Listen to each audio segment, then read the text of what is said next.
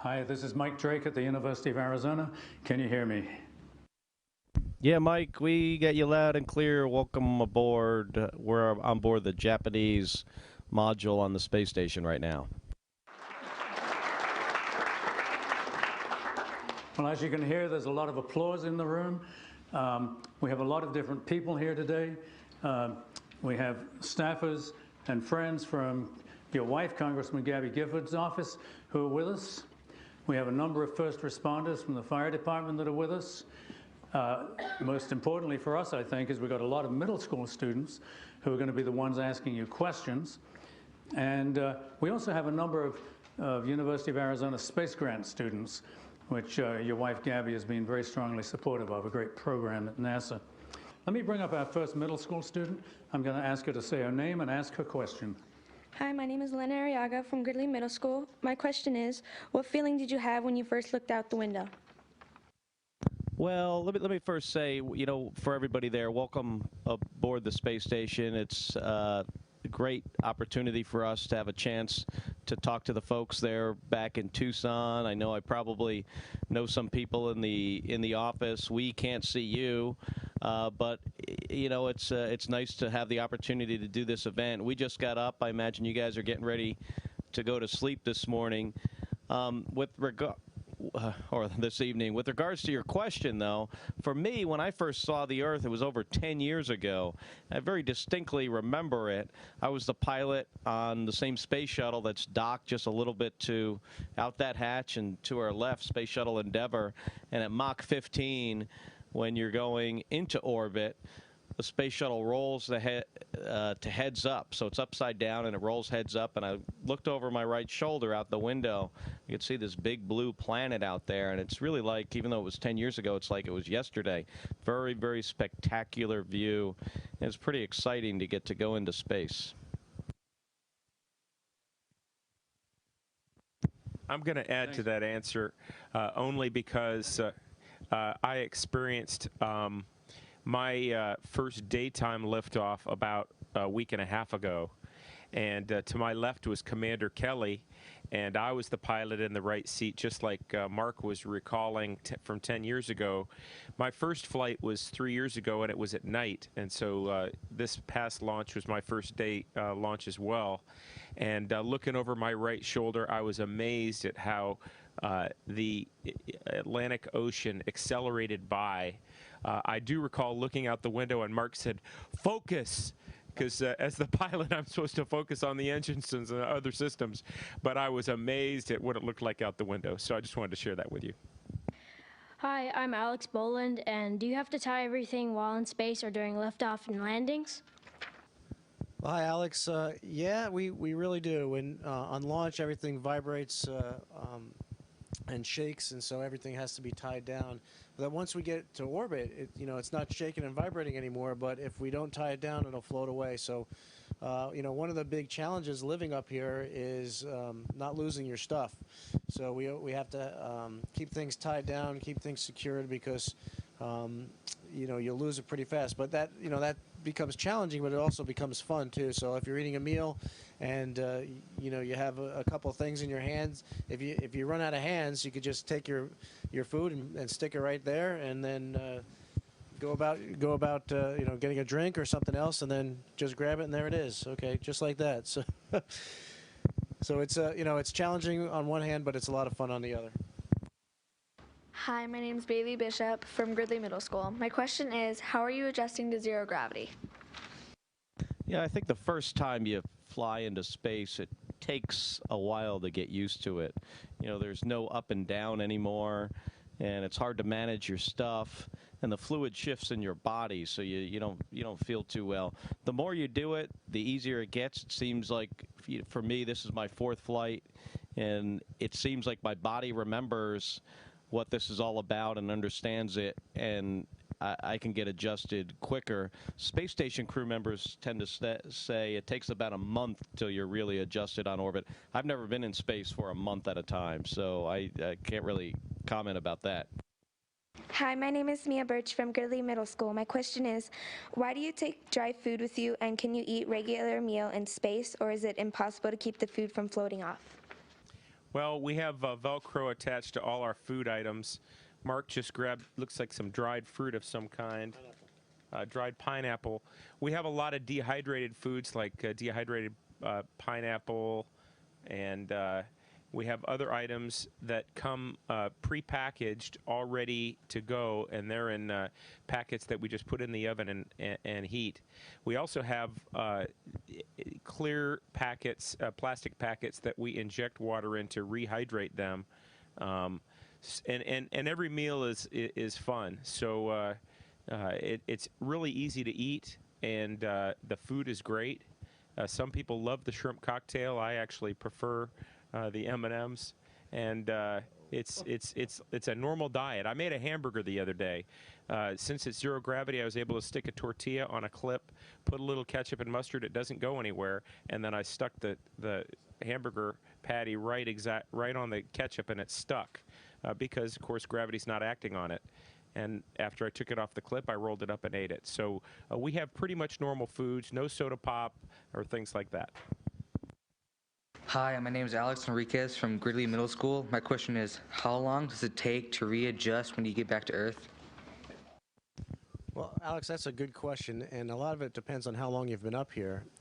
For shuttle crew members that are up here for maybe 2 weeks or so, the readjustment is pretty quick, maybe a few days. I remember on my shuttle flight about 3 years ago, I think it was probably a day or two before I could walk without thinking about it. And I remember when I first got back, I would take a step and go, okay, there goes the left foot, there goes the right foot. I'm starting to lean left. I need to lean back right.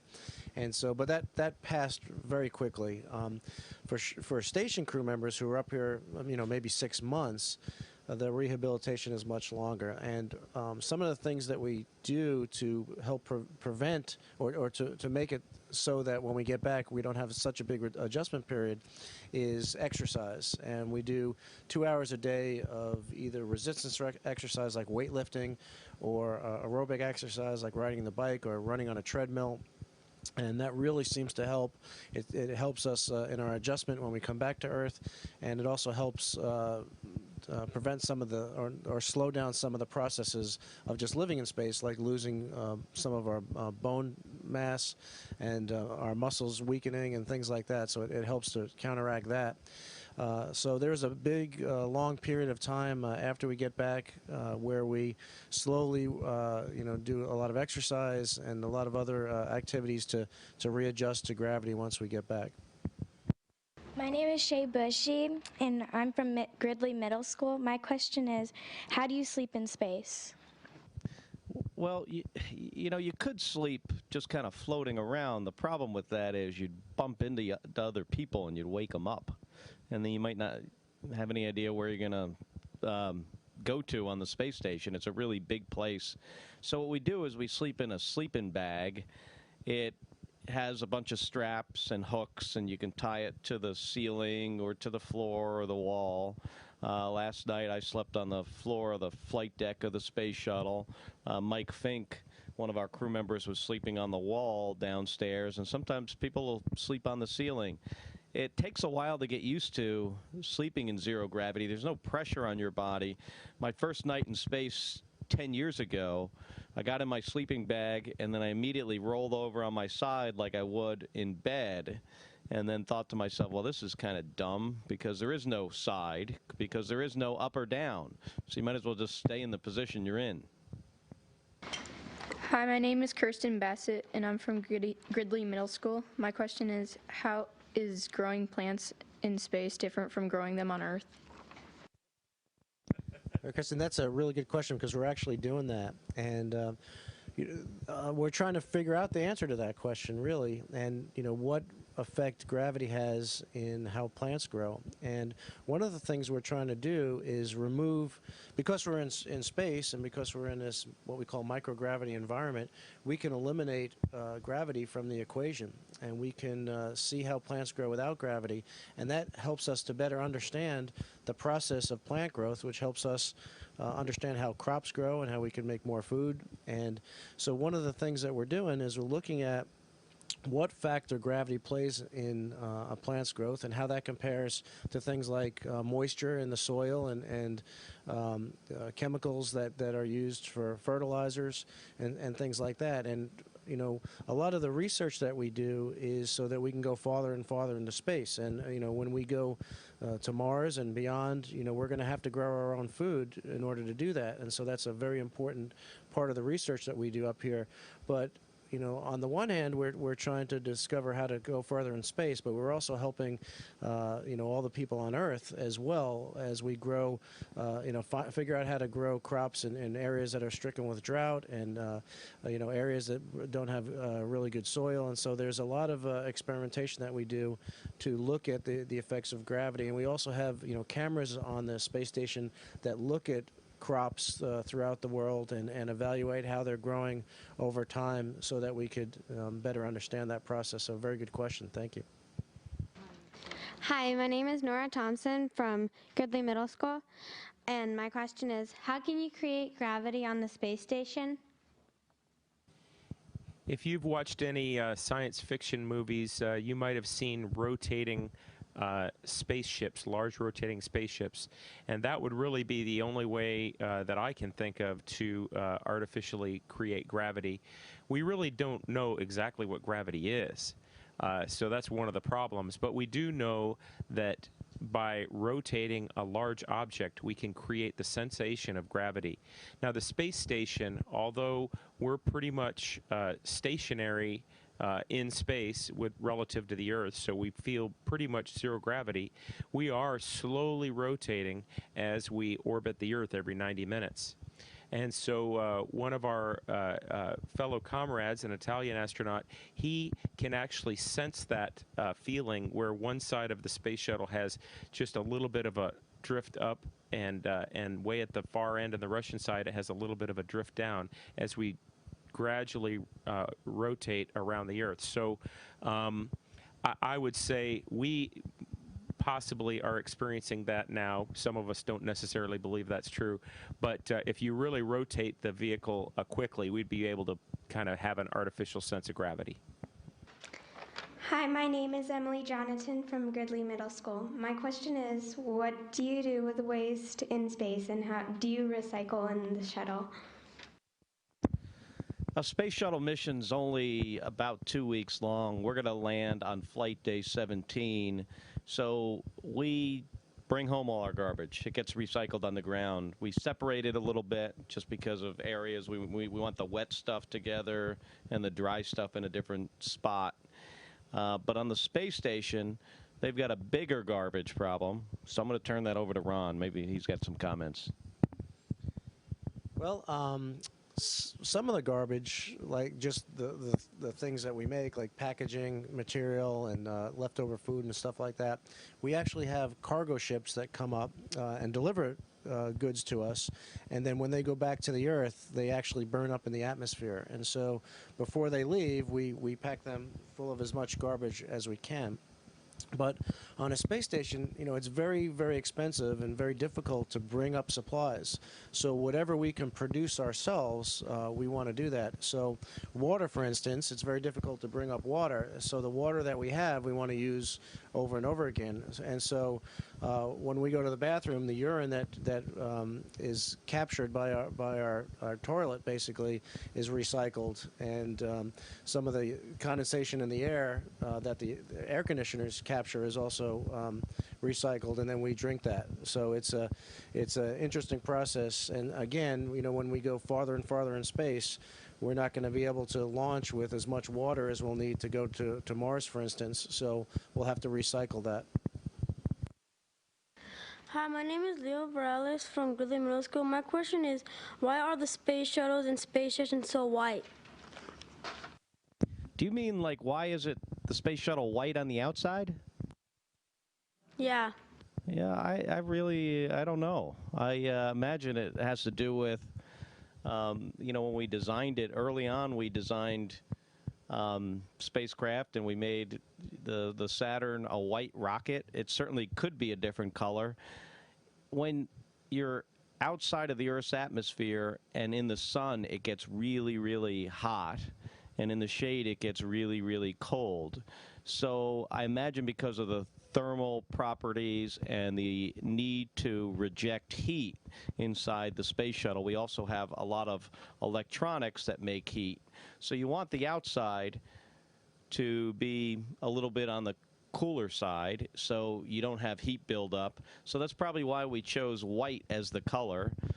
If you notice, black pavement there in the summer, especially in Tucson and in Arizona, where it gets really, really hot, that stuff is a lot hotter than the white stuff. So white would be a good choice. The space station actually isn't white on the outside.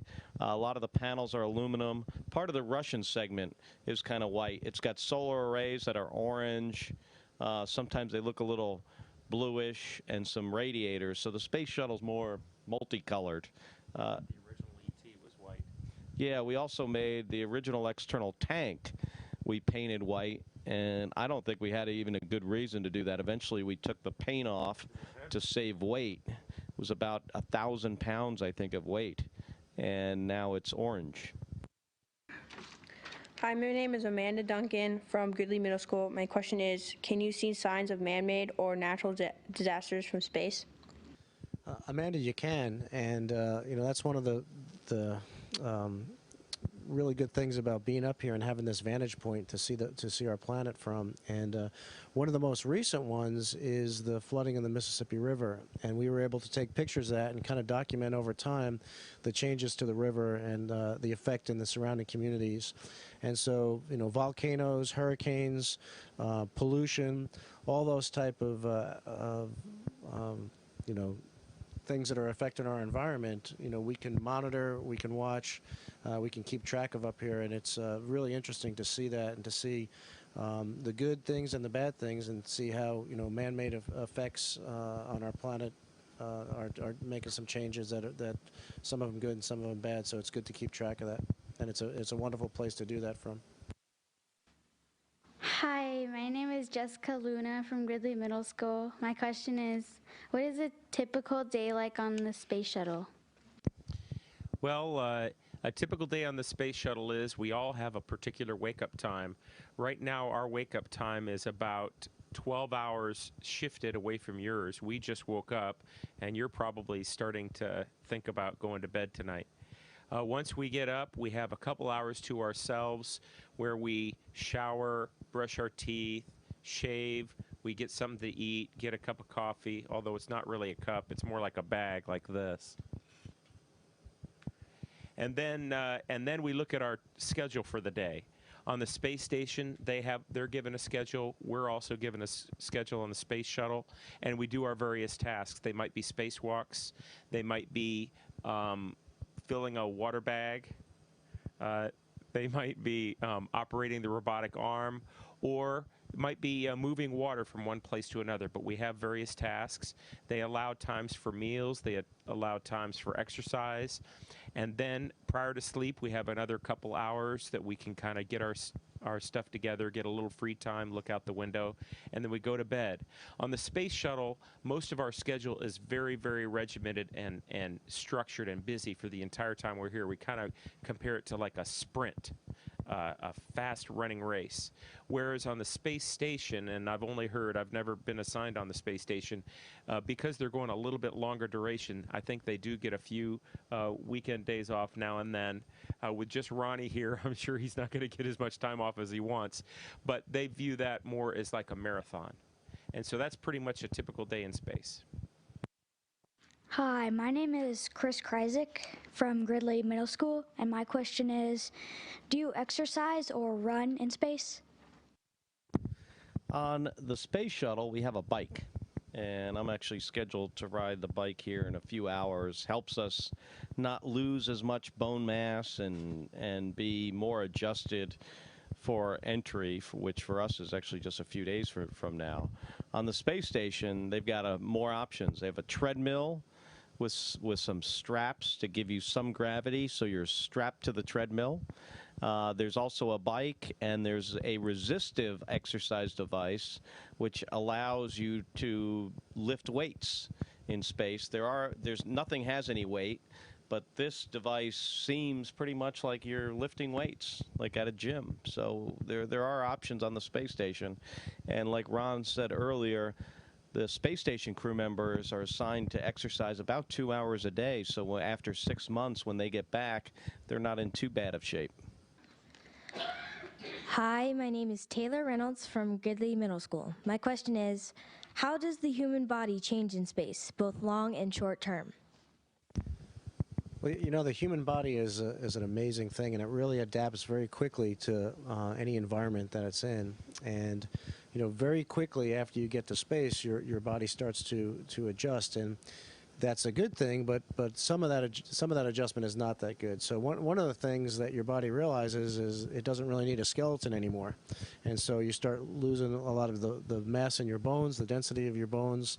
You don't need the muscles in your legs as much, so you start to lose those.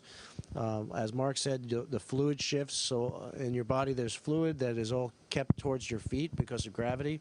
So once you get to space, that is free to flow to different parts of your body that it normally doesn't. So those are all changes that occur. Your eyes change shape. So there's a lot of these different effects that occur as your body tries to adjust to its new environment. And like we had talked about before, so, you know, some of these bad effects, like losing bone density, we have to counteract through other means, like exercise. So, like I said, the body is an amazing adaptive thing, and it's you know, something that we study up here a great deal. We have a lot of experimentation that we use, that we do on ourselves and on each other as crewmates, and you know, we are learning more about the human body with our time up here. Hi, my name is Jonas List from Gridley Middle School. My question is, what is astronaut training like? It varies a little bit between the space station and the space shuttle, actually pretty significantly. For a space station crew member, you're training to be on an expedition for a very long period of time and operating different laboratories aboard the space station, as well as the space station systems that keep you alive and recycle urine into water like Ron was talking about. On the space shuttle, it's more like, I mean, it's a ship, more like maybe a ship at sea, but an airplane, the combination of the two. It has environmental systems for life support, but it also has the systems that an airplane would have, as well as a robotic arm to do robotic arm operations. The space station has this as well. So we got to learn about the systems, and we got to learn how to operate them really well, particularly on liftoff and landing. It's very dynamic environment. Things can happen very fast. Things can break. So we spend a lot of time in space shuttle simulators practicing to handle things when they go wrong. So Greg and I here have spent probably thousands of hours in the space shuttle simulator during liftoff and landing. For the space shuttle, we also have to practice landing it. We practice spacewalks.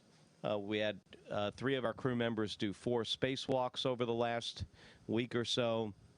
They spent a lot of time in a very large pool in the spacesuit that provides some neutral buoyancy, so it's similar to the spacewalk. We practice robotic arm operations. We're in a classroom, kind of like you guys might be at your middle school. So it's very varied. And it's really a great job. Hi, my name is Maddie Shaw from Gridley Middle School. My question is, how do you shower in space? Well, thanks, Maddie. We don't have a shower.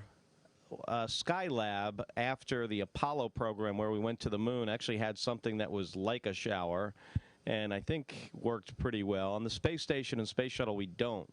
So we take a bath kind of like somebody would if they were in a hospital bed. I mean, with a towel and water and soap on it. You rub it on yourself, and then you wipe it off later. So it's not the greatest shower, but you know, it works. It works for 2 weeks for us, and it'll work for 6 months for Ron. So that's a very good question. Before we go, I wanted to congratulate the University of Arizona on their new project, and I can't remember the name of it. We just saw it in the news since we launched on the 16th of May, but their project to visit an asteroid. That's you know, very exciting. It's, I think, one of the biggest NASA-related projects that a university has had, and so I wanted to congratulate the University of Arizona for that milestone in their exploration of space. So thanks very much, everybody. It was great talking to you today, and hope to see you in Tucson. Thank you, Mark. Let's all applaud their work up there.